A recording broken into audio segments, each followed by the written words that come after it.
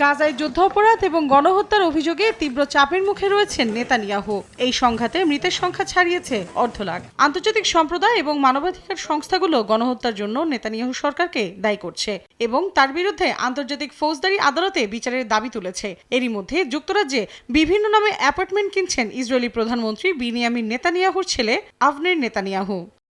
স্থানীয় সময় বুধবার ইসরায়েলের ব্যবসায়িক ও অর্থনৈতিক সংবাদপত্র ক্যালকালিস্টের এক প্রতিবেদনে উঠে এসেছে এমন তথ্য। প্রতিবেদনে বলা হয়, 2022 সালে 5 লাখ ইউরোরও বেশি মূল্য দিয়ে অক্সফোর্ডে অ্যাপার্টমেন্টটি কেনেন নেতানিয়াহুর ছোট ছেলে, কিন্তু এর জন্য ইসরায়েলি কর কর্তৃপক্ষকে কোনো জবাবদিহি করতে হয়নি তাকে। ইসরায়েলি আইনে বিদেশি স্থাবর সম্পত্তি থাকলে নির্ধারিত হারে কর পরিশোধ করতে হয়, কিন্তু ক্যালকালিস্টের অভিযোগ আভনের নেতানিয়াহুর সম্পদের প্রকৃত পরিমাণ গোপন রেখে সরকারের কাছে কম কর পরিশোধ করেছেন। এই ক্রয়টি এমন এক সময় হয়েছিল যখন যুক্তরাজ্যের অর্থনৈতিক অস্থিরতা চলছিল। এ বিষয়ে আভনের বলেন, তিনি ইসরায়েলের স্বরাষ্ট্র মন্ত্রণালয়ে গিয়ে তার আইডি কার্ডের নাম পরিবর্তন করেছেন। তারপর তার পাসপোর্ট ও ড্রাইভিং লাইসেন্স পরিবর্তন হয়েছে। এটি একটি প্যাকেজ ডিল। ইসরায়েল এবং ব্রিটেনের কর কর্তৃপক্ষের যা যা প্রয়োজন ছিল সে সবকিছু দেয়া হয় বলেও জানান তিনি।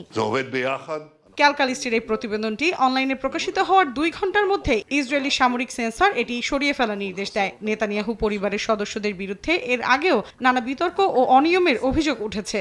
বিশেষ করে স্বচ্ছতা ও অর্থনৈতিক দায়বদ্ধতা নিয়ে তাদের কর্মকাণ্ড একাধিকবার আন্তর্জাতিক গণমাধ্যমে শিরোনাম হয়েছে। মৌসুমী সাথী, সময় সংবাদ।